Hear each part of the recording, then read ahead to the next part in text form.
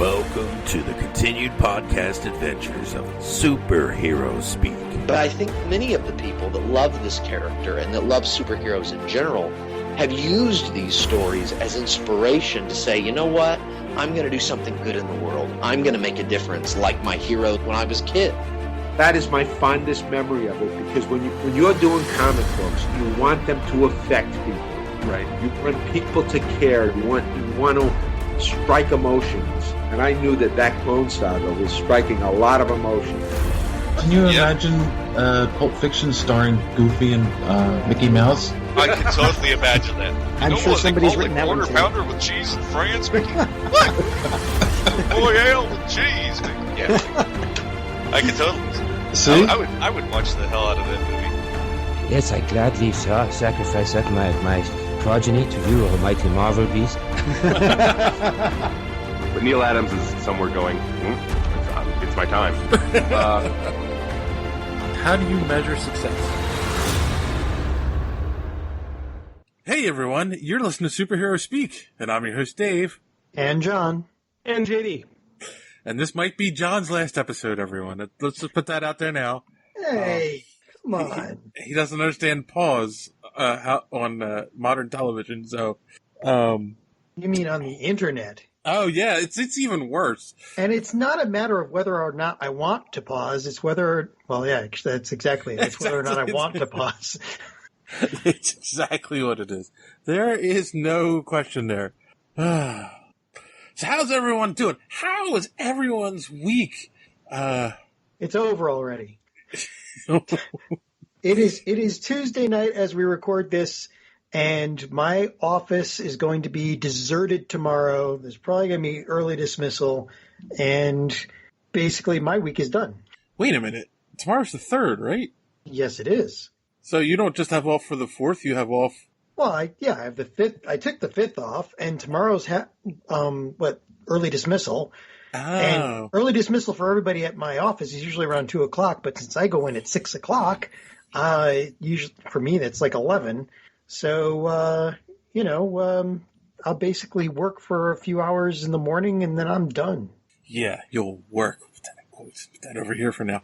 No, I've got documentation, all right. It's either that or I catch up on like I just shotgunned the entire series of Dororo, an anime, which it's actually got a pretty sweet premise that this baby's about to be born and the parents give him away to demons. The demons each take a piece of him, and he's this legless, skinless, eyeless, earless, noseless thing that slowly fights to kill all the demons to get all of his pieces back.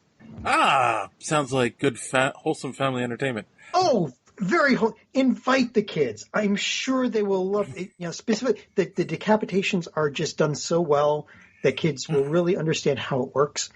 So, yeah. That's a learning tool. Okay, I get it. Mm-hmm. Teachable moments. This is how you skip the 3rd rib to get into the heart. No, so yeah, it was actually really as good as I had heard. But yeah, the rest of this weekend we'll probably be writing and catching up on other anime. How about you, Dave? How's the weather? Well, we've got a thunderstorm going here that just left your neck of the woods. Yeah, we noticed when we lost power. But yeah, I mean, other than that, hey, you know what? I had today off. I'll have tomorrow off. Yeah, I'll have the rest of the week off. I might have all of next week off as well. Yeah. Geez, good job. I'm trying. Dave, we have a Patreon. If you'd like to support Dave, then donate. Yeah, for those who don't know, and I'm sure you've seen it in the news by now, that the refinery I work at in South Philadelphia. It blew up. It blew up, and then... It blowed up, yes. And the Wednesday after it blew up, they decided, you know what, we had enough. We're closing down. Everyone, you don't have a job anymore. And sketchy. And also they said, oh, and by the way, we have no money, so you don't get any severance either. Sketchy. Corporate America. Yeah, so, looking out for the little people so that they can screw them at every turn. So, I mean, I will say this, there's a lot of things behind that. But at the same time, if they had no money, that means things were way worse than they were leading on to everyone for the longest time. And really, long story short, there's a group of employees, I'm involved with it too, that we now have a class action lawsuit. Because in the state of Pennsylvania, if you're laid off, and your company isn't closing, you're required to get 2 weeks notice or 2 weeks severance. And if you're laid off because your company is closing, it's supposed to be 60 days. And, obviously they did not do that. So. Laws are for peasants. So. Let's make this topical. During the explosion, did anybody fall into a radioactive pool of oil? No, unfortunately. I was kind of hoping for that, you know. Missed another chance, Dave. We could have Oil Man fighting for us. Yeah. Just a huge lawsuit, one or the other. This is true. Yeah, so that's been my week. So basically, yes, I'm looking for a job now. And how about you, JD? Anything exciting? Finished a book today. Reading or writing? Yeah, writing, I'm going to say. 8 in just under 2 years.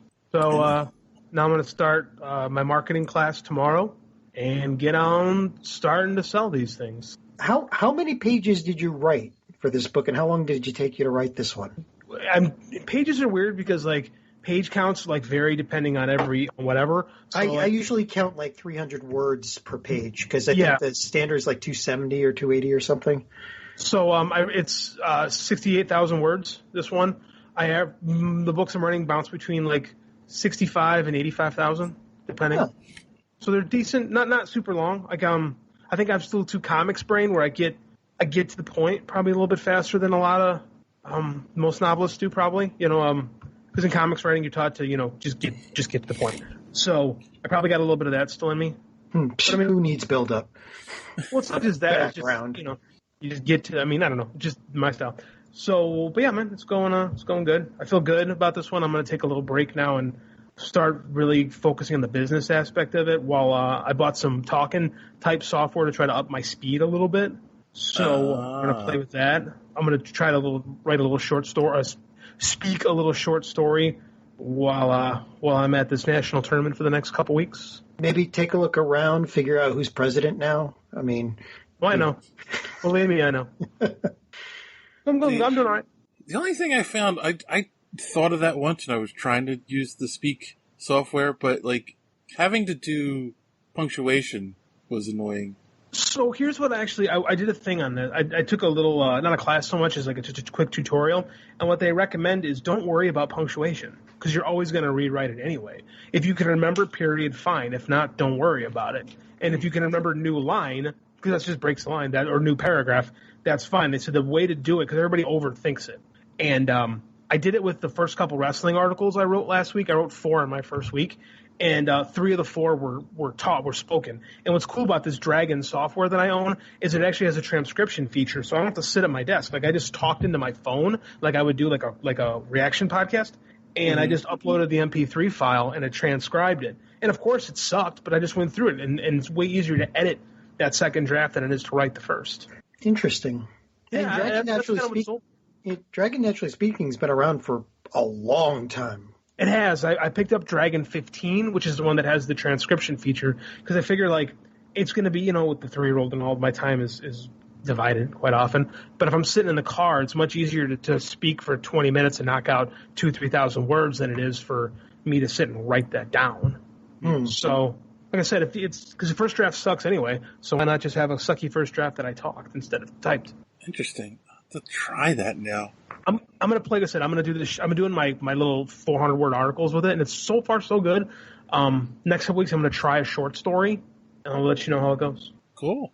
Awesome. I think a lot of writers would be interested in that. Yeah, it's cool, man. It's cool. It's amazing the stuff you can find if you hang out in the right Facebook group.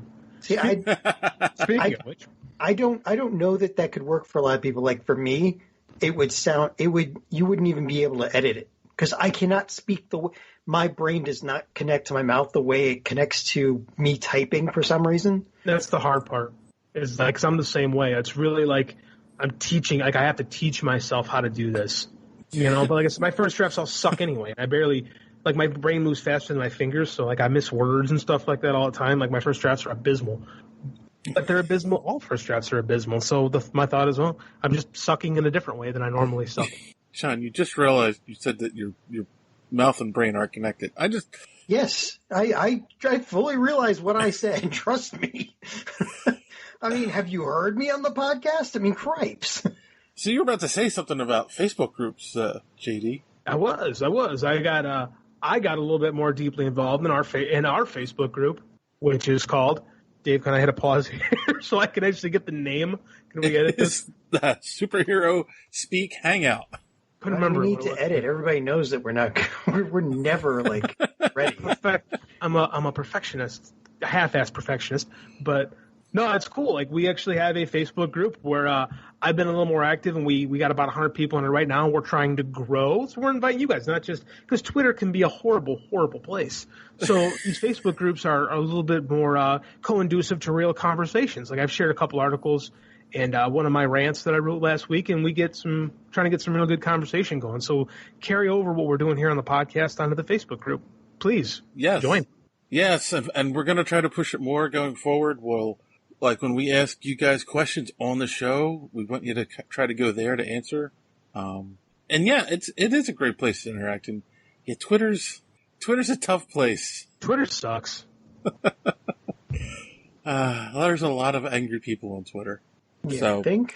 So speaking of which, why don't we go straight to social media madness?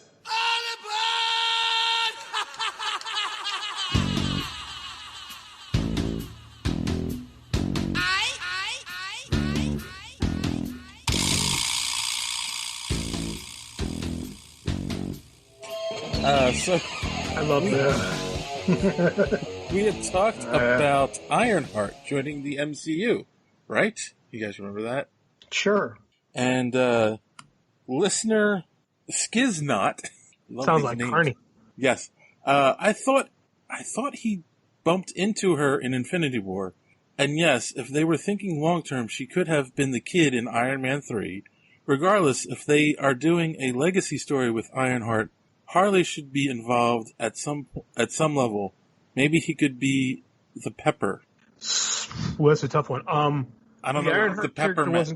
I think he meant I think he means Tony could be Pepper, the Pepper Potts. Okay.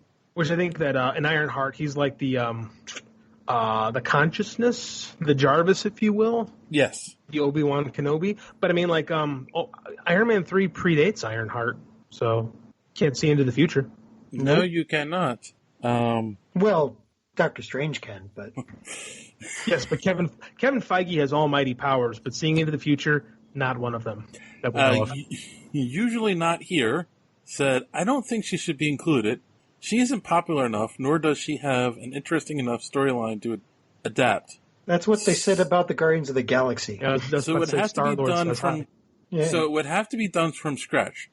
Her origin story involves her stealing, so it may be problematic, and that's in quotes, to use that origin overall not worth it, I think is what he meant, or they meant. I don't agree with that.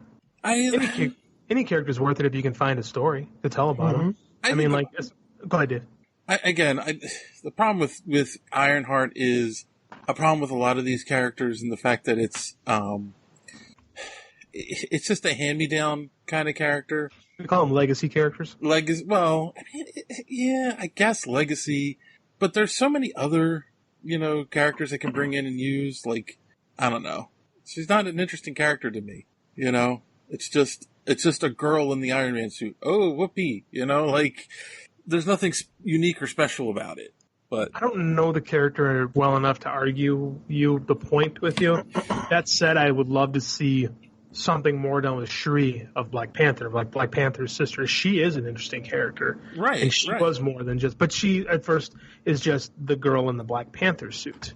And I think, like I said, under the right creator or someone who sees something in the character, you can bring something out. Because who thought Drax the Destroyer had an interesting story? Or Rocket Raccoon? You find the right guy, you find the right girl, you find the right creator, they can bring it out of them. So I'm not opposed to it. I just want to see something.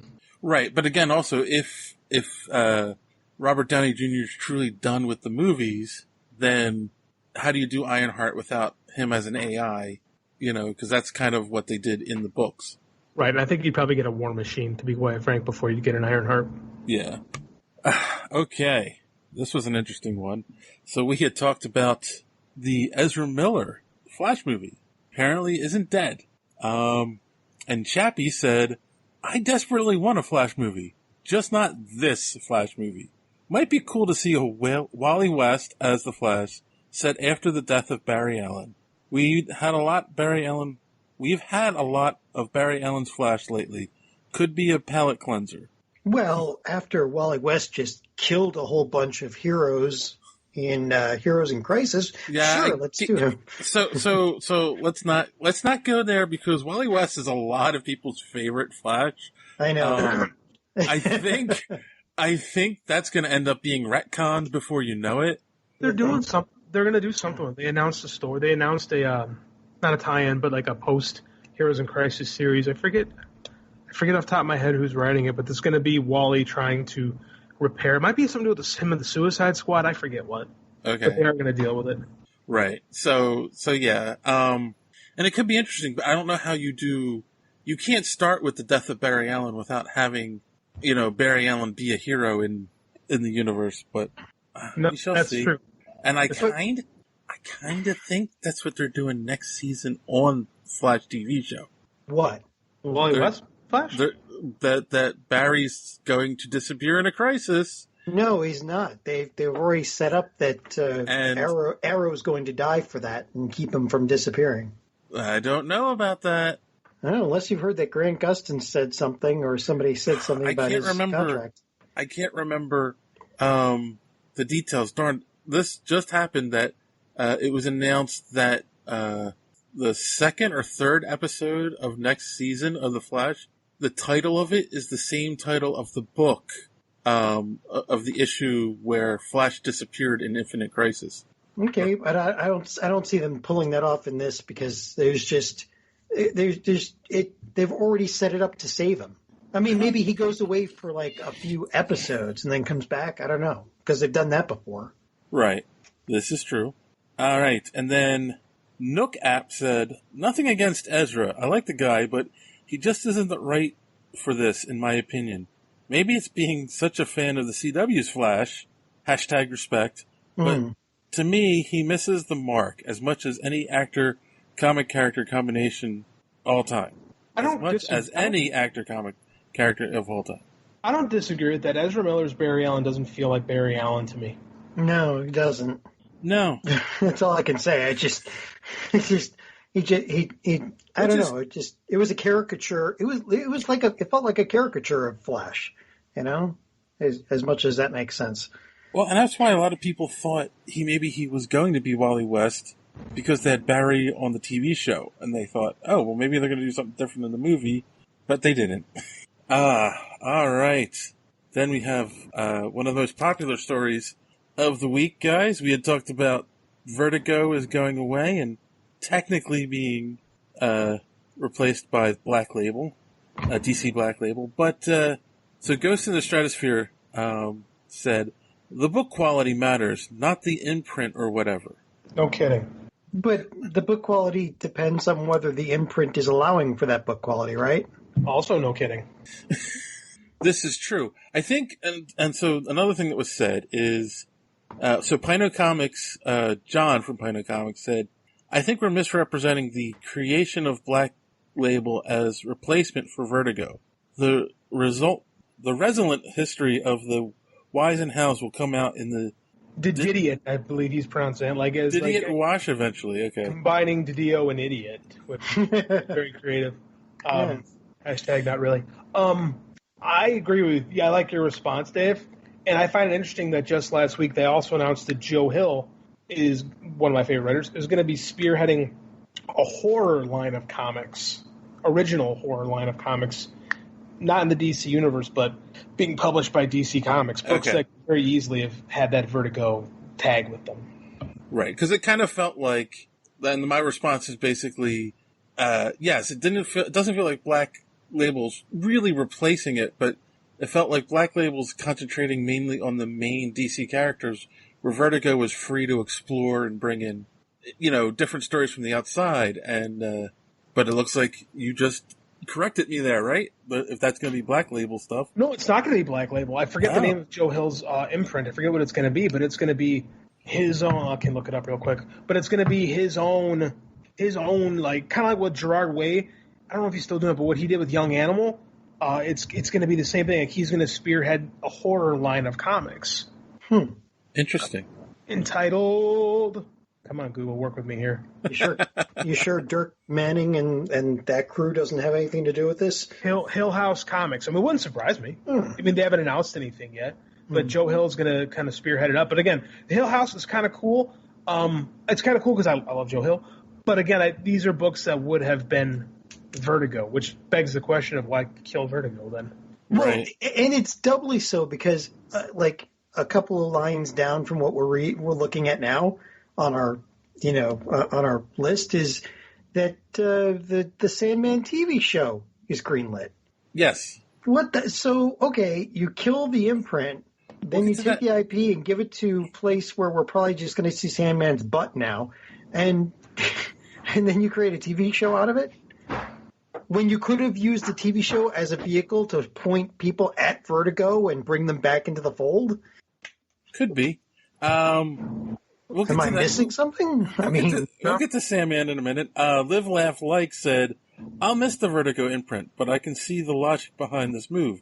Rebranding under a consistent age-based scheme, DC Kids, DC, and DC Black Label, could make it easier for new readers as well as for parents who want to get new books for younger readers. And I see the logic there, and I kind of agree with that, I don't disagree with that in theory. But Vertigo was supposed to be something different. Right. Yes.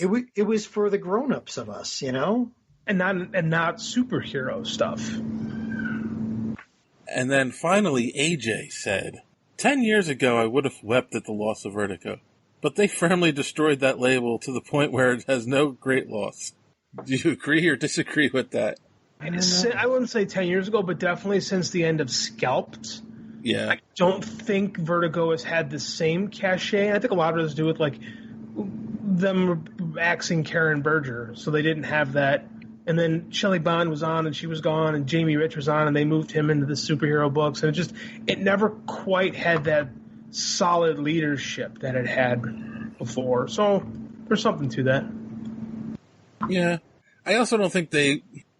when you don't have a ton of new and weird stories coming in, but I don't know why. You know what I'm saying? Did they stop that? Was it not making money? It probably wasn't making money. The direct market is fickle, and the only thing it really wants to support are superhero books. Right. And so that's probably a big part. I remember 10 years ago when Bill Willingham was talking about the only way Vertigo made money was on its collections. Yeah. Yeah, this is... it's sad what's happening to the comic book industry. And then finally, we had talked about our favorite story last week, J.J. Abrams' son writing Spider-Man. And God of Coffee said, not many, being kind, none, startup writers get Spider-Man as their first comic book gig. He could be talented, but frankly, due to the nature of this, we will not know, as it is obvious that he's getting this due to his father's fame. So yeah, nepotism, frankly. Way more eloquent way of saying what I said last week. Well, better than a bunch of snarls and raspberries, yeah, I guess. That's exactly how he said it. Yes, exactly. Yeah, wow. It's funny because I saw a sneak peek of it, but it's artwork. It's like, he's not doing the art, he's writing it. They're really going to push this book. They're probably spending a lot of money on it, to be honest with you. Maybe not a lot, but, I bet a good amount of money. Yeah. Just get your popcorn and be ready. Ready for what? For it to hit that 20-cent bin 2 years from now. Ready to read the reviews when they come out. Oh, it'll be fine. Whoever's going to edit it's going to rewrite it to the point where it's good enough, and people forget about it. Yeah, I mean, it's not going to be... It's not going to be your Kraven's Last Hunt. It's not, or the Clone Saga. I know a lot of people don't like the Clone Saga, but it's not going to be any of your classic Spider-Man stories. Superman, was it Superior Spider-Man? I like that one. Yeah, a lot of people like that one. It's going to be a mini-series. They're going to introduce some, I forget the name of the character, but he's got like some 90s-sounding villain name. It'll just be a regular mini-series. And it's going to be fine. It's not going to have really impact on continuity. It's just a great example of Marvel trying to make a quick buck off a famous director's name in a story that's going to have absolutely no ramifications. And that the market probably is going to give a shit about. Yeah. All right. Well, that does it for all our social media madness for the week. Speaking of social media, don't forget to check out our fellow podcasts in the Geek World All-Stars Podcast Network. And they, of course, include So Wizards, Gorilla Brain Podcast, Pop Prism Power Podcast, Cult 45, I know I'm forgetting Fans on Patrol, and I know I'm forgetting someone. So Wizard? Did I say So Wizard? Okay, So Wizard. So, yes, don't forget to check out those podcasts. And you can listen to all of these great podcasts on Podcoin. Yes, Podcoin is the podcast app that pays you to listen. So, check it out. You can listen to all these great podcasts. You can find any podcast you like, listen to it on Podcoin, and you'll receive Podcoins. You earn enough of them, you can trade them in for things like Amazon and Starbucks gift cards, or you can turn them into charity and be a good person and use it to help others. And if you sign up today, go to the App Store, download Podcoin, sign up, and use our code HeroSpeak, you will get 300 Podcoins free on us. So check it out today, Podcoin. All right, and on that note, boys and girls, we're going to take a quick break for some ads, and we'll be right back. After these messages, we'll be right back. All right, we're back, and it is time. Ads pay the bills. Yeah, you gotta pay the bills, right? I have to pay the bills now, especially. In fact, everyone download this episode 100 times for me on different devices and whatnot, so that we can earn money for that. We should do what Philip DeFranco does. One of his episodes, he actually threatened to throat punch people, and he got twice the likes. Yes. Now he says it every yes, but I have a feeling if we threaten to throat punch people, we will get throat punched. People like Philip DeFranco. You ever see Dog Day Afternoon? It's like that, but in podcast form. Yes. All right, I think it's time for the news.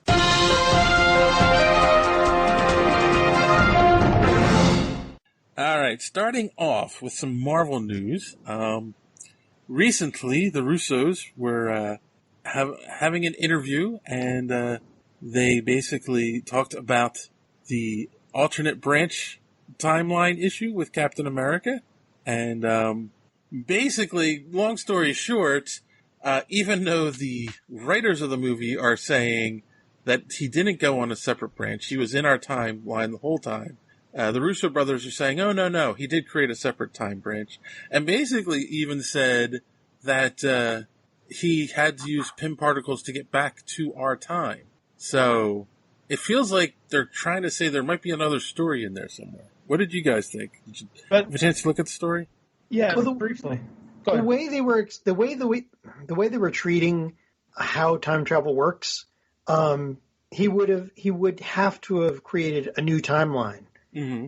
Because otherwise there would have been two of them in this timeline, and there wasn't. Right, exactly. That's the whole thing. Is the writers are saying, oh no, he went back in time when he was frozen, and he just lived out his life as old Cap while young Cap was running around and fighting. And the Russo brothers were like, oh no, he created a separate timeline. So yeah, because otherwise the way they were using time travel, it wouldn't make any sense. Right. Because then you're in the type of time travel where you go back in time and you will see yourself, and right. you're still in your original timeline, which he obviously wasn't. No, exactly. And I think, and it's funny because a lot of these interviews are coming up now because, they re-released the movie with some extra footage, to try to beat Avatar. But I kind of feel like maybe Marvel has something up their sleeves with all of this. Again, nothing is done by accident, right? In these movies. I think that this reads kind of like Kevin Feige's version of the old Mark Gruenwald Marvel time rules, where if you travel back in time, it does create an alternate timeline. Okay. And that's literally how Marvel time travel worked from the beginning. So I think this is Kevin Feige kind of incorporating the way Marvel's always done things into the movies. And now what they say and what Kevin Feige says is something else. I mean, Joss Whedon still says that Coulson's dead. Right. He wrote that script. He directed the movie. He says Coulson's dead. I refuse to believe that. Jeff Loeb from Marvel Television says Coulson's not dead. To the movie, I don't know. Movies haven't really given us an answer to think otherwise. But I mean, Feige's the boss, so whatever he says is. Yeah, exactly. So, look for Captain America 4. I mean, sorry. When does Chris Evans want to buy a boat? Yeah, that's true. It's a good question. Probably in a couple years, he'll want a boat. He's going to have a daughter that needs to go to college or something like that. There is also that, right? Private school ain't cheap. Yeah. Speaking of which, public school ain't cheap. No, it's not. You mentioned that they had re-released Endgame with some extra footage in it in order to try and surpass Avatar. And the last numbers that I can find are that they're short by 18 million, which doesn't seem like a whole lot, unless you think in terms of sometimes 18 million is all a movie will gross. So remember the crazy rumor that was around with Captain Marvel, where people were trying to claim Marvel was buying up tickets. Oh, please! But the theaters were still empty and blah blah blah, so that it would do well, which is stupid because in the long run, why would you do that? You're just buying. You know what I'm saying? You're not making money. So it's stupid. It's a dumb accounting trick that doesn't really work. However, it works in some ways, but I think in this situation they should buy $18 million worth of tickets worldwide. Because in the grand scheme of things, $18 million ain't that much. Exactly. After the movie's already made $2 billion, $18 million isn't so much, Marvel. Wink, wink, nudge, nudge. Come on now. One of your executives can walk into a movie theater and accidentally trip and empty his pockets, right? I mean, come on. That's like Feige's weekly salary. Come on now. He's got that Bill Gates money where if you stop working to pick up $1, you lose money. Yes. Yeah. Hell, you stop to pick up $100 bill and you lose money. Gross. But yeah, it doesn't seem, well, I mean, it's still in theaters, right? So, and this is July 4th weekend, and it's a long weekend for a lot of people. So, but here's the problem: is I don't know if they timed this very well because now they're competing with Spider-Man. Yeah, that's what I thought. They would have waited till after Spider-Man had a decent run, but here's and then the thing, re-released it. But they don't really. But I mean, Marvel's not in control of the Spider-Man release. Sony is. Like Marvel just produces that movie. They don't actually distribute it. Right. So everybody, there was this thing back in my day called a double feature. It requires you not to drink as much Coke as you want to, but you can make it through 2 movies. Trust me. That's almost 6 hours of movies, John. Damn it, John. I think I'm willing to take that challenge. I am willing to take that challenge. And Dave, it's not 6 hours of movies. It's 6 hours of Marvel. True. All right. I'm probably seeing Spider-Man tomorrow afternoon, so. That's what I'm doing. I'm going tonight after the show, after we're done with the show. Really? I'm stupid. Well, guess what we're talking about next week, boys and girls? You're damn straight. Awesome. All right. Speaking of Marvel and things to talk about, Zoe Saldana, I always say her name wrong. Zoe Saldana. She wants to explore Gamora's dark side in Guardians 3. I kind of find this intriguing, right? Because Gamora actually did have a dark side before she teamed up with the Guardians. She was on board for helping Thanos, fulfill his destiny, as it were. And that works now. If we taking the Gamora out of time and moving her forward, you could explore her dark side. What do you guys think about that? Well, it's Gamora before she got with Star-Lord, so yeah. I don't think she was on board with helping Thanos so much. She didn't see an out, and when she met Quill, she finds an out. But this is a pre-redemption Gamora, and I thought about that too when she showed up in Endgame. I think that makes for a very good story. Like, from a writer's perspective, if you got this woman Star-Lord perspective, you got this woman you're in love with, but it's not the same person. Like, elements of her are there, but our experiences make us who we are. And if you take away several of those experiences, what you love is just a figment or a shadow of something. I mean, there's a lot you can do with that. I hope that's exactly what they do. It's going to be heart-wrenching, too, because, like, if you were hoping for them to stay together, well, I mean, now you get to see what the chances are of, like, if you don't hit the exact right circumstances, do you go with do you still wind up with the person that you love? Or is it just basically the circumstances that created that? Great questions. Wow. That's I get that's kind of deep, that. John. I think you need to take another shot. I have been taking a lot of shots. I mean, speaking as someone who's basically danced between the raindrops of chances to be with somebody good. We're getting deeply personal here, folks. No. So, but you think about that, right? If things didn't happen exactly in a certain way, would you end up with the person that you end up with? No. See, I'd say the same about my 2 marriages. So, which actually was unfortunate. I'd say yes, but I'm a hopeless romantic in some ways. Well, that is true. I would like to side with you. I know. The Jades. Yeah, me too. So anyway, yeah, Gamora, they now have a very fertile and large field to play with about what they do with her next and how her and Star-Lord interact. Yeah, and that's true. And also, correct me if I'm wrong, because I'm not a huge Guardians of the Galaxy comic book fan, but they're not a couple in the comics. No. Like, that wasn't... It might be now, but I mean, time, that's pure gun. Right. Like, that's a relationship that was invented for the movies, and... In the comics, Gamora's with, what's his guy? Warlock, the guy... Right? What? Adam Warlock, right? Adam Warlock. No, I thought maybe she might be with him, but she was really in love with the guy with the helmet with the star on it. I forget what his name is. Nova, yeah. You're right. I thought they were an item. So that's what I'm wondering now, too. If they're bringing in Nova and Adam Warlock. Oh, yeah. That's going to be painful. Yes. Romantic in me is going to die again.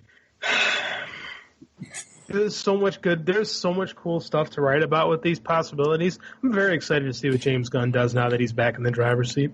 It'll be interesting. And speaking of interesting, so we talked about the Ironheart possibility as a rumor that's kind of was started by Robert Downey Jr. The other big rumor that's been floating around on the internet for a while is that Killmonger is going to return somehow to the MCU, which I don't know how you bring people back from the dead, but they brought Coulson back. Hold on, I'll tell you.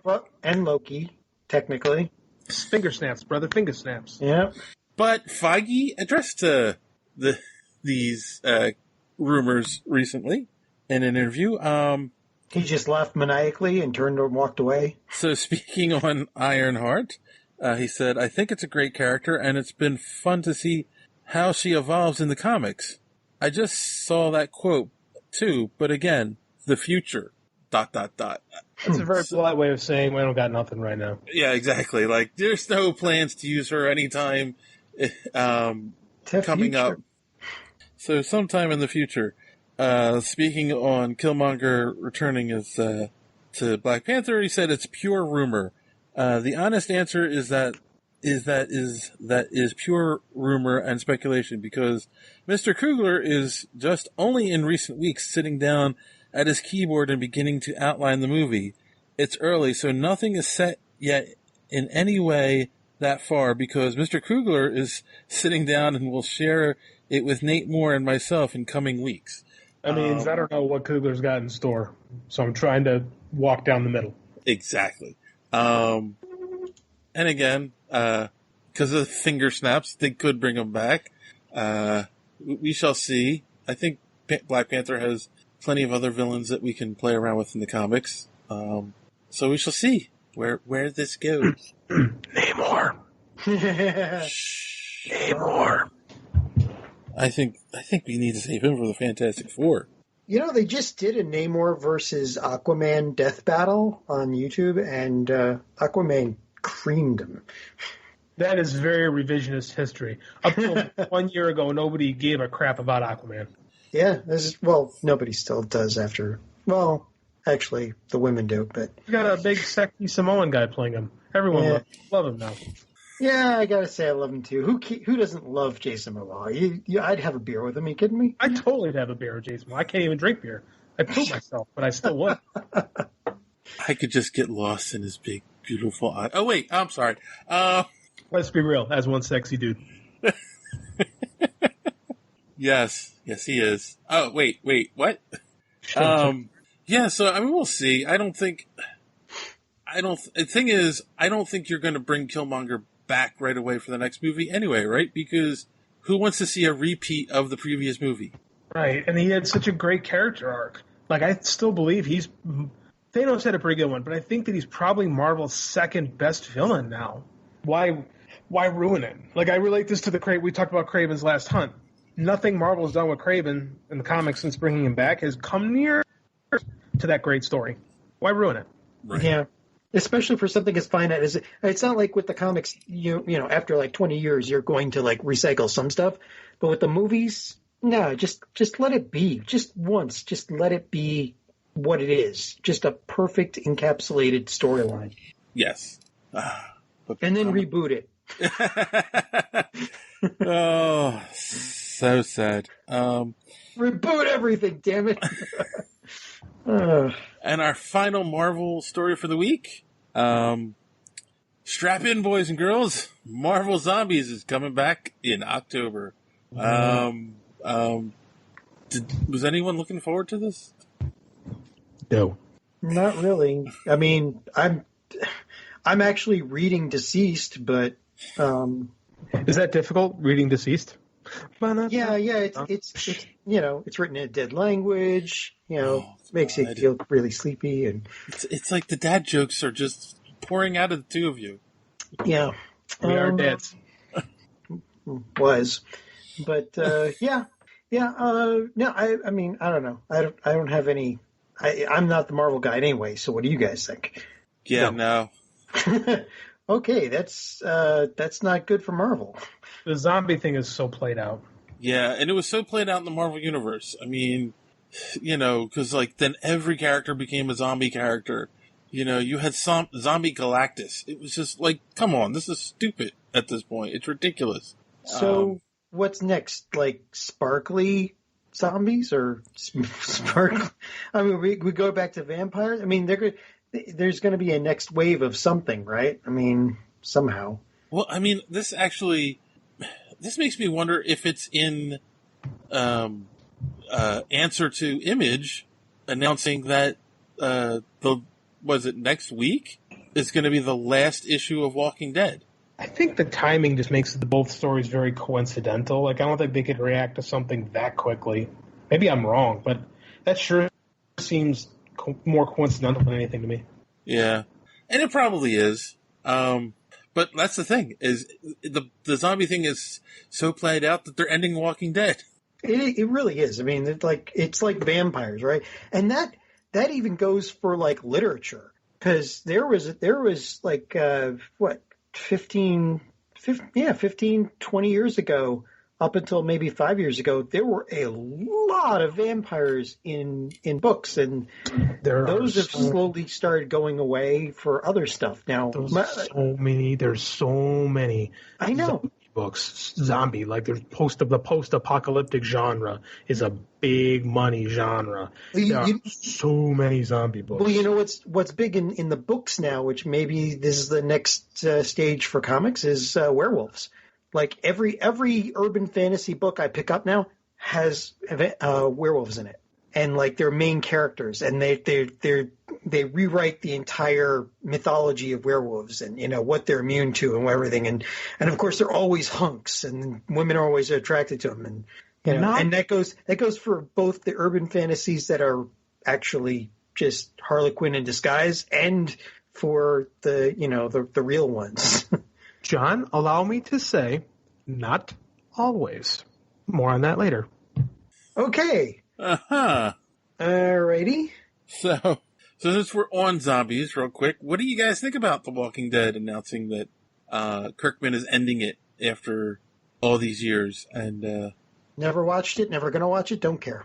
I'm not talking about the TV show, I'm talking about the comic. Never read it, never gonna read it, don't care. I kind of feel like they might be tied in somehow, like they might be getting ready to end the show, so they decided to end the comic. I got thoughts on this. Like, I did a seminar with Robert Kirkman in 2010, just before the show launched. We read the first trade of Walking Dead, and I didn't like it. I'm one of the few people I know who really didn't like the Walking Dead comic. Like, people like are up in arms about the show all the time, but the comic is usually fairly praised. I thought it was very nihilistic and depressing. And when we heard Kirkman speak, someone asked him, do you have an end game planned? And he said, no, I really don't. I'll figure that out when we get closer to it. And that just made me so depressed to hear that, to hear the creator say, no, I don't have the end in mind. And it just made me really feel like that it just kind of confirmed my thought if it was nihilism for the sake of nihilism. So I never watched the show. I never read another issue of the comic because I felt like just hearing him say it, and I could be completely wrong about this, and in the years since I'm sure he's pivoted from that, but it just felt to me like it wasn't going to go anywhere. Maybe I'm wrong on that, but again, it's a nearly 10-year-old thought of mine. That said, Robert Kirkman was making indie comics in an era where people weren't making indie comics, and that dude did nothing but make money and turn himself into a machine. So I have nothing but respect for that guy.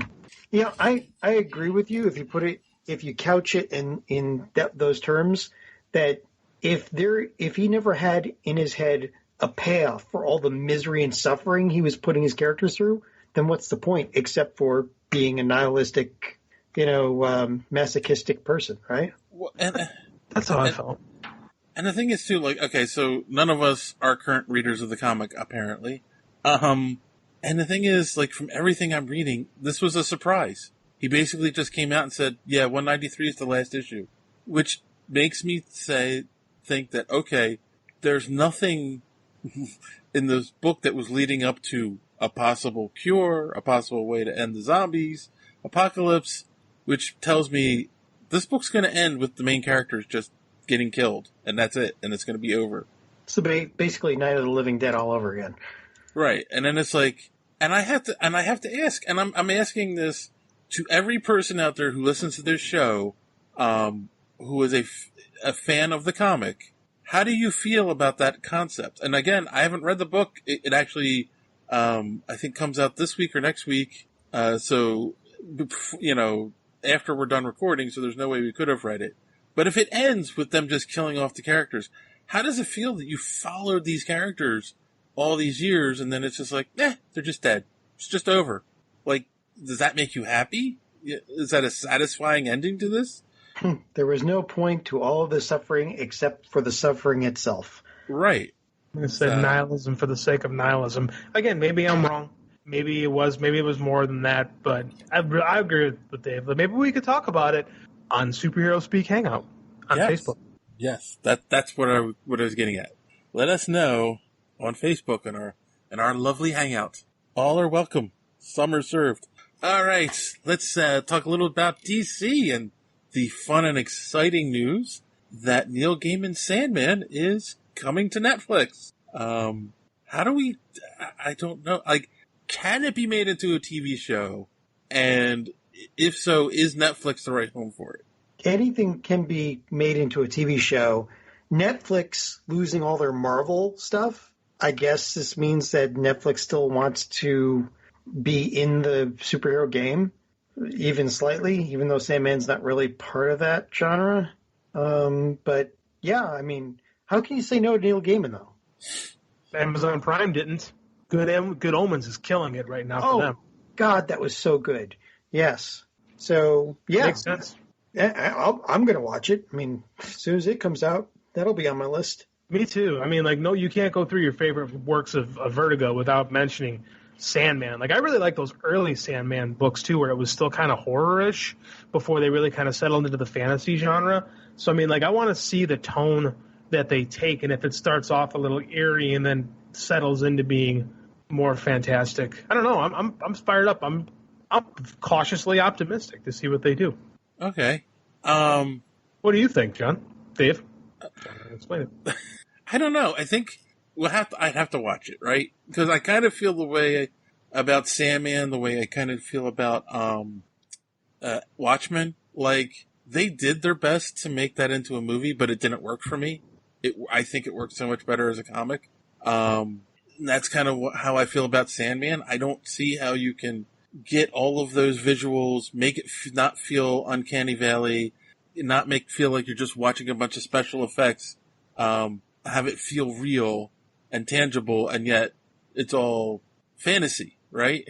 It's all dreams. It's all, weird stuff. So I think in a post Game of Thrones world, though, I don't know if that's going to be that hard to pull that off if you have the budget. Yeah, that's true. But that's the next question, too. What kind of budget is your show going to have? Well, it's Netflix, so it should have a pretty damn good budget. Really? Especially when they don't have the Marvel shows. I mean, Sandman's got a lot of cachet behind it. I mean, they could. I mean, look at Stranger Things. Stranger Things has a budget, and those duffers had nothing before that show came around. Yep. True. It's Neil Gaiman we're talking about. And then my final question on it is, why isn't this going on the DC app? I think we know the answer to that question. Well, okay. Oh, I think Neil Gaiman owns Sandman. I believe that's creator-owned. I just checked the Sandman FAQ that was written by Neil Gaiman, and no, DC owns the rights to Sandman, not him. Then that is a question. Yeah, that's a really good question. Yeah, I don't know. Or even not, okay, the DC app, eventually the Warner Brothers app, if they fold in the DC stuff. So, we shall see. I mean, the only thing is, maybe Netflix offered a crap load of money to produce this, and DC's like, oh, cool, we don't have the money to do it on our own right now, so this will work to get it out there for people. I don't know. Justice League must have buried them in debt. No. So remember last week we said that they were possibly making a Flash movie? It looks like they may have found a director. So Andy Muschietti, who was the director of It, is apparently on the short list to direct the Flash movie. So I don't know what else he's done besides It. It. Oh yeah, that's it. That's all. But I don't know. Is this a new? Because it seems like who's the director of Shazam? Oh God. Because he also did horror movies. So is that going to be DC's new go-to? Find horror movie directors to do their movies. All right, I'll throw one at David Sandberg. What did Richard Donner do? What movie did Richard Donner make just before Superman? Who cares? Is that the right answer? Omen. The Omen, right? Like Steven Spielberg made his bones making a horror movie. Like some of the best filmmakers. Sam Raimi made some good Spider-Man movies, all known for The Evil Dead. Like horror filmmakers are creative and they come up with interesting solutions when they have low budgets. Like they don't rely on they're filmmakers that have to rely more on creativity more often than not than just throwing money at things, which is why they make such good directors. And I'll say this to my grave, the best horror directors are ones that aren't necessarily horror directors. Like the best horror movies are made by just good directors. John Carpenter, Steven Spielberg, Richard Donner. Like, it goes on and on and on. Like Wes Craven, those guys all made their bones in horror and moved on to bigger and better things. So I think this makes complete sense to me. Okay. Yeah. I'm not disagreeing that there is a good track record for horror directors making good movies. It just seems like that might be the best route for DC to take right now. And like I said last week, a lot of these Blumhouse guys are the ones that are Blumhouse is like, as far as like what you're spending to what you're making, Blumhouse is killing. They spend very, very little on these horror movies, and they come back with like big returns, not like Marvel style returns, but when you're spending $2 to $3 million and making 25 to 30, that's a big return on your investments. Yeah. All right. Keep my eyes out, see if this movie actually gets made, and if this gentleman directs it. Oh, it's never going to happen. This Flash movie is never going to happen. But I understand why. You also wonder if it's one of those Hollywood moves, like they talk to him and he's like, "Yeah, I'll do that movie," because he's trying to get his foot in the door to do something else. Sure, yeah, that makes also known as Ryan Reynolds, right? Yeah. Hey, he got his Deadpool movie made. Yep. That is a lesson of tenacity. That dude did not give up. Nope, and he did it for us too. Yeah. Much love to Ryan Reynolds. So, and then finally, for DC, the Batman may have found its Catwoman. Vanessa Kirby is reportedly on the shortlist to play Selena Kyle. So, I've been wondering this. Do we need a Catwoman? I don't know.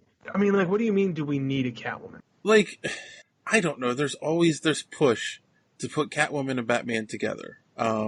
Even all up to this wedding nonsense in the comics that most Batman fans hate. Like, I'm not saying don't use her, but like, there's always a push. Like, now there were so many people. As soon as Patterson got cast, it's like, oh, we got to get what's her face to play Catwoman. We need Catwoman.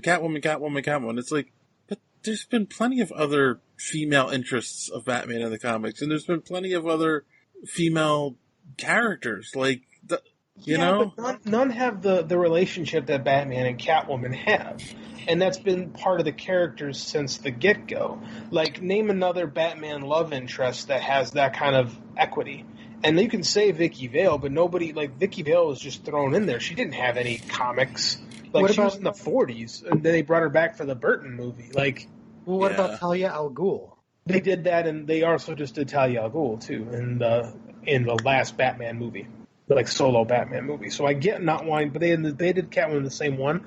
But I mean, if you do Talia, you got to go into Ra's al Ghul, and that was the backbone of the Nolan movies. So I get them staying away from that. But I think there's just so much interest. When I say interest, I mean, like, there's so much stuff built up between those two characters and the love-hate relationship. Part of my problem is I don't want Batman to have any kind of love interest. Yeah, at least not in his first movie back, you know, like. But it's a Hollywood checklist thing. You got to have a love interest. I don't like it either, to be honest with you. But I'm more interested with Catwoman, depending on how she's done. Like, and I think this casting is interesting because it took me a second to figure out who Vanessa Kirby was. She's really good in that last Mission Impossible movie, and she's not in much of the last John Wick, but she's pretty cool in it. Like, she's talented. So yeah. I'm interested, but I want to know more about what this story is before going with it. And I hear where you're coming from, but there's a lot of I don't know if shipping is the term I would use for it, but there's a lot of interest in that character because name me another superhero character that loves one of his greatest villains. And I think that's something key is I don't like when they're together, when they're working together. I think their relationship works better when they're on opposite sides of the law. You mean like Spider-Man and Black Cat? Which is a ripoff of Batman and Catwoman. Yes, I do. Are you sure? Yes. Yeah, you're right. Okay. I mean, like, believe me, there's things I'd much rather see than another Batman Catwoman movie. Like, I'm not advocating for this, but I get it. I can tell you another hero that loves one of his greatest foes, Thor and Loki. Different. Yeah. Different. So you're right, but it's different. And that's why their relationship is interesting because it's that brother relationship. And you can hate your brother. There's times I want to punch my brother in the face, but I love him. You know, when it's like, but if it's my wife, it's different. You know. You've never wanted to punch your wife in the face? No, never. Yeah. No. I've been very frustrated. I think the other way around is frequent. but DC's wanted to punch me in the face today. So, I mean, like, but I think there's more. I think there's just a different type of story you can tell with that. One that I don't, to be quite honest, I don't think has reached full potential on film. No, because in the Burton movie, it was more of a flirtation thing than, and of course with those Burton movies, it was like a new love interest every movie. Right. And in the Nolan movies, it was more really of a partner. It wasn't like a love interest with her. Right. So it's like we haven't really seen what Batman and Catwoman from the comics can be. So I get it. All right. John? Sure. Oh, come on. You're the DC guy. You have to have all the takes on this. I want to see something new, just like you said, I think they've done a lot of these to death. The constant reboots are starting to get to me. I guess maybe it's because I'm getting old. But they have to give up the reins to somebody who actually writes comic books.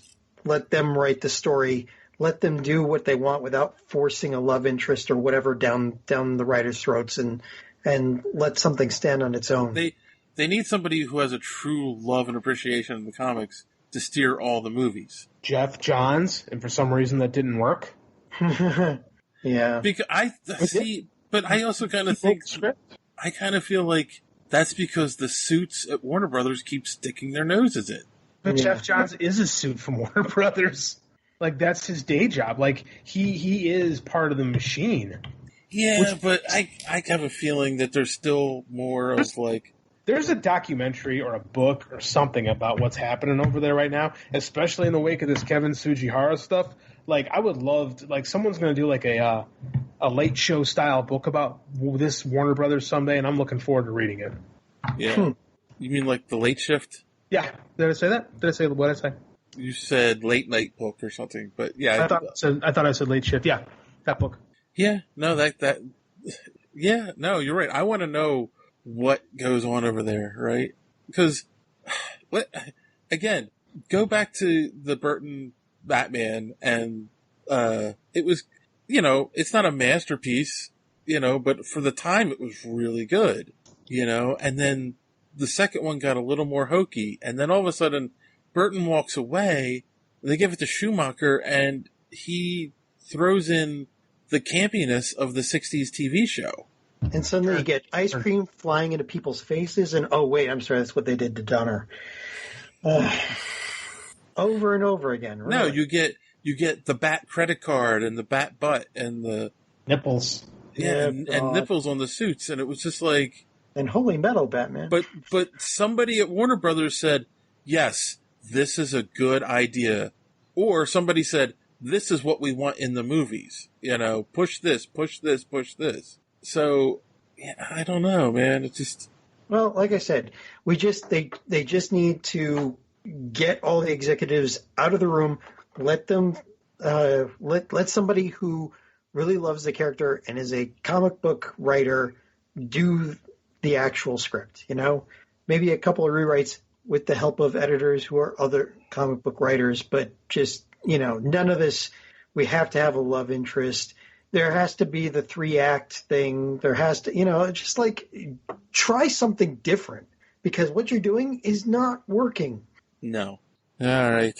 Maybe create another imprint for where you can have people who have different ideas, come in and do things that nobody's seen before. Oh, wait, I'm sorry. Oh, is it too soon? I just... What were you going to say, JD? I was going to say, I'll defend the 3-act structure. Like, that works. Like, there's a reason why they hold to that. Yeah. Yeah. All right. Okay, we got... Okay, so that's it for DC. And now we got 2 quick stories that are a little outside the box, but I think fans of this show would like them. So Gremlins is coming back, and it's going to be an animated series that's going to be on the Warner Media streaming service, and it's going to be a prequel series to the movies. So Banana Splits is going to be a horror film, and Gremlins is going to be a Saturday morning cartoon. Yes. Boy, things have really gotten screwed up. Yes. Somebody went back in time and stepped on a plant. I know. Gremlins. Did these people even see Gremlins before they decided to throw them into? They only saw, was it the Mogwai or whatever his name is, Gadget or whatever. Gizmo. Yeah. They only saw him, right? That's all they saw, and they said, "Oh, let's make this Saturday morning cartoon style." Not seeing like all the death, destruction, and violence that happens if you feed them after midnight. Like, it's not just hijinks. I never got that because it's always after midnight. They make jokes about that in Gremlins too. Yeah, true. So, as the child of the 80s, I saw Gremlins at the theater at 4 years old. Oh, God. Really? My mom took me there and had my Gizmo stuffed animal with me. And I loved this movie. I loved it at 4. I'm sure it terrified me beyond belief, and it probably explains a lot. Brilliant. But this is but Gremlins is also a commentary on the consumer culture of the 80s. So I'm curious to see what they do. I mean, I don't think it'll be a Saturday morning. It's going to be Warner Media, so I think it won't be necessarily a Saturday morning at style. Like, it won't be like the Beetlejuice cartoon. Right. Or any number of movies that were turned into cartoons in the 80s. As the anime guy, I thought you'd be a little bit more down with this idea. Well, I mean, if it were anime, yeah. But what if you like interpretations of like more adult animation, possibilities? It depends on how far they go with it. True. I think the thing that intrigues me about it is the prequel idea behind it. Like, didn't we get enough information in that movie? I don't know. Like, are they going to show how these things came into being? If they're how they made it to Earth from Krypton, and maybe they had a butler. Yeah. There's like no. They're out of ideas. Come on, this has got to be the. I won't say the bottom of the barrel because I'll say that, and some writer in some room in Warner Brothers will suddenly sit up and go, "Hey, I've got an idea," and it'll be much worse. Hey, I thought we hit the bottom of the barrel when they said, "Let's make a live-action Dora the Explorer movie." Actually, that looks kind of funny, but that's one of those like, who is this for? I don't know. There's little kids that grew up watching Dora that want to watch a teenage girl run around pretending she's Dora. It's weird. Yeah. Well, so is the person who grew up to be an executive at a studio, and I wonder how the Gremlins started out. Let's make a prequel about that, and let's make it animated. You could do something cool with the Gremlins in World War II, because that's kind of where the thing comes from. And, like, the Japanese actually take it from China, and they're using it to destroy. Like, what if Pearl Harbor was done by Gremlins, actually, and they were, like, unleashing these things? See, there's a lot. There's something fun there. I thought we already had a prequel. It was called the Twilight Zone movie. No, you're wrong. The thing on the wing. That was a gremlin. You're right. Different kind of gremlin. That's when you feed them after 6 a.m. Well, it was either that or if you want the animated version, there was that Bugs Bunny short. And what about time zones? What? What about time zones with feeding them after midnight? It's just a general rule, really. Like, you shouldn't feed them after dark, period. I don't know. I'm making Don't get them wet. Yeah. You live on a planet of mostly water, but don't get them wet. All right. Their bodies are 82% water, but don't get them wet.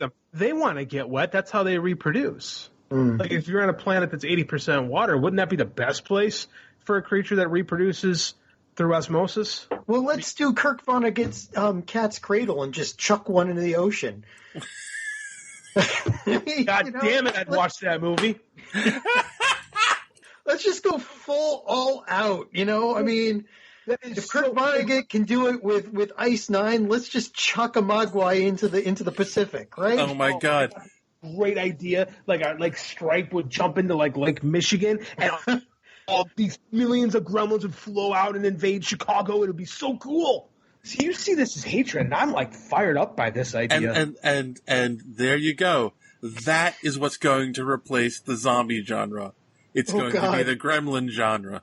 Which would make Warner happy. That would solve their DC problem because then they could cash some sweet checks. I can't see what was that? I can't see warm bodies, but with a gremlin instead of a zombie. Nobody's seen Warm Bodies. Okay. No. I know the movie, but I have not seen it. All right. Yeah. Anyway. You don't want to fall in love with a gremlin. I get it. It's a forbidden love, but she's a furry. Oh, well, then it's okay. So the shape of gremlins. Son of a gremlin. All right. We've gone off the rails. All right. Well, let's bring it back with Ghostbusters. Bring it back where? Oh, Ghostbusters. Yeah. Yes. So the Reitman reboot sequel. I don't know what we're calling this. For the Rebootquel. For the Ghostbuster movies has landed a new actor, and of course that is the one and only Ant-Man himself, Paul Rudd. I like this idea. I mean, he seems like an obvious choice to be in a movie like this. Who doesn't like Paul Rudd? Yeah, I like him. I mean, is that the only person that they've cast so far? Because so far, yeah, so far. Well, that's a good start. That's a really good start. Well, I definitely can see him playing the Bill Murray-esque character. I was thinking more about Ray. The rumors are that the original cast are all coming back as well. There's only 3 of them left. Yeah. Well, yeah. Hey, but you want something interesting? Gremlins and Ghostbusters came out on the same day in 1984. Oh my goodness! Wow. Yeah. Well, so they are in the same universe. Oh. I'm sure those 2 films connect somehow in the mind of that little kid from St. Elsewhere. Oh my god. So the Ghostbusters were actually going after Gremlins. Well, I've watched that. But I think the smell of burnt hair. After they jump into Lake Michigan, the Ghostbusters have to come save us. Damn it, Dave! You're the writer on this show now. You'd have to have proton packs because the only other way to take them out would be a nuclear warhead. Exactly, but this way you're shooting nuclear laser beams at them. Well, you couldn't do the nuclear warhead thing. They did that in Cloverfield. Right. And we saw how well that worked. They did get 2 sequels that may or may not be connected. Oh my god! So yes, Paul Rudd. Yeah, I know. I definitely I could see him taking the Bill Murray type role. And it's good. It bodes well for the movie because with them casting comedic actors, you can definitely going to try to keep it in that genre. He's not doing something weird with it, I'm surprised they're doing this so soon after the failure of the last one. But maybe that's why they're doing it? To say, oh, this is to make all the people who were unhappy with the reboot happy now. So we're selling the movie to you, the people. Oh. Well, we just want it to be a good movie. I don't care about whether it's men or women or a mix or what. I just want it to be a good sequel, Well, that's what we all want. I didn't see the reboot, so I can't comment on it. You didn't see it? I finally watched it, and it just didn't make me laugh, I heard that. That's why I avoided it. Again, it was tough because you got, 4 of the funniest women in movies and comedy today, and they just had a horrible script, Yeah. Well, you talk about with getting those execs out of the room and letting people do what they do. Right. Which is Ghostbusters. Ghostbusters, Dan Aykroyd doing his Dan Aykroyd thing, and then them just being them on camera. Right. Yep. But they need to do that again. We'll see if we'll get that with this reboot. All right, guys. This has been a long one, I think. Yep. For an hour 25 minutes. Whew.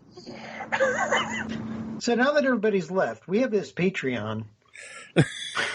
Patreon.com/superhero speak. There are some, shall we say, bonus things on there that you can get. We haven't put anything up there in a while because nobody signed up for the damn thing.